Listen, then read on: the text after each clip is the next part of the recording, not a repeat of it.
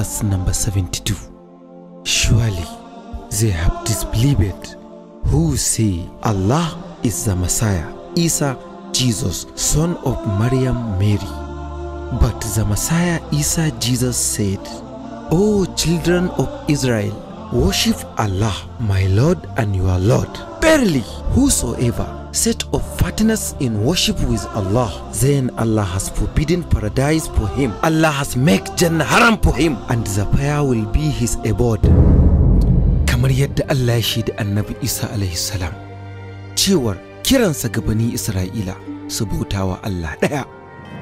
Akwai gurare da yawa a Christian Bible da suka tabbatar da gaskiyar Alkur'ani.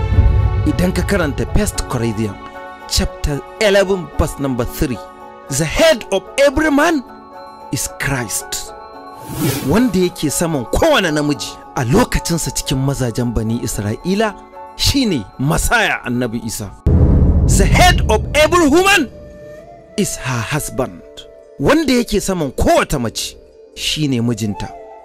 The head of Christ is God.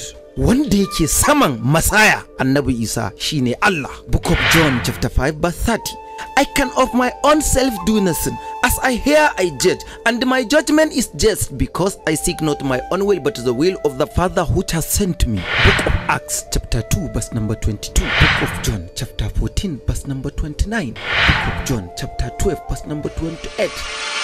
Cikin dukkan waɗannan ayoyi, Christian Bible ya tabbatar da Allah ɗaya ne. Haka kuma Paul ya sake tabbatarwa da Kiristan cewa Annabi Isa ba Allah bane, Allah ƙwaya ɗaya ne tak a cikin 1 Timothy chapter 2 verse number 5. For there is one God and the one mediator between God and men, the man Jesus Christ. Paul ya ce akwai Allah ɗaya, sannan akwai wani tsakanin Allah da mutane, zaman Christ, ma'ana shine Annabi Isa.